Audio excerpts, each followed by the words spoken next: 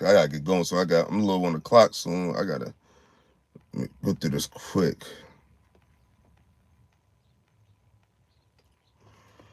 So this is the book of Matthew chapter 24, I'm gonna start verse 3, and it says, and I'm gonna read the NLT, and it says, later, Yahawashi sat on the Mount of Olives. His disciples came to him privately and said, when will all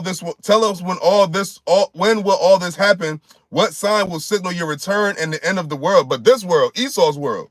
And it says, the world. It says, Yahawashi told him, don't let anyone mislead you. This is Matthew the 24th chapter NLT. It says, verse 5, for many will come in my name, claiming I am the Messiah. They will deceive many. And that's been happening already too. Shalom, Shalom, be more. Mislead you. Verse 5, it says, for many will come my name, claiming I am the Messiah. They will deceive many. You had that guy, the Comforter. He was one, just to name a couple.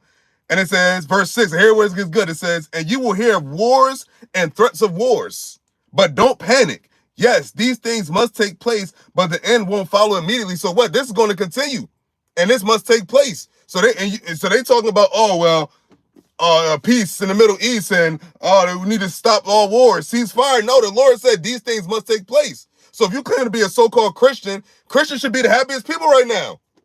It says you follow Christ, right?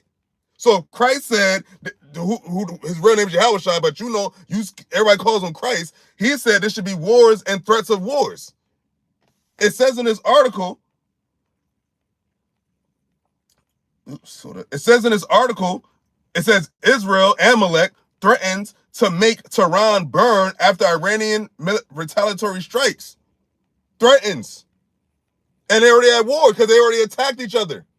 Wars and threats of wars. This is only going to continue. Yo, fucking pop-up shit. Yo.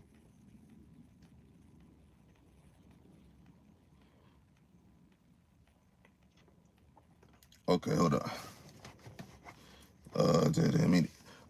Matthew chapter 24, verse 7 in NLT, it says, nation will go to war against nation, which is what? That's that's Elam and Esau now. And you had Esau against Ishmael, the fucking Palestinians and the Hamas. Now you got Elam, the Persians, Iran, and I believe they said Iraq hopped in it too.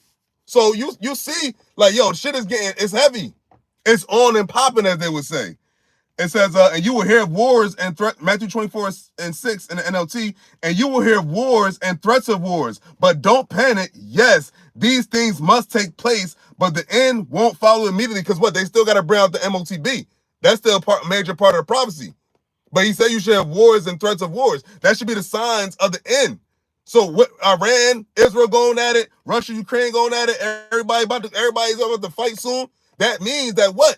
The return of Yahawashi is near to the earth. The return of Yahawashi to the earth is near.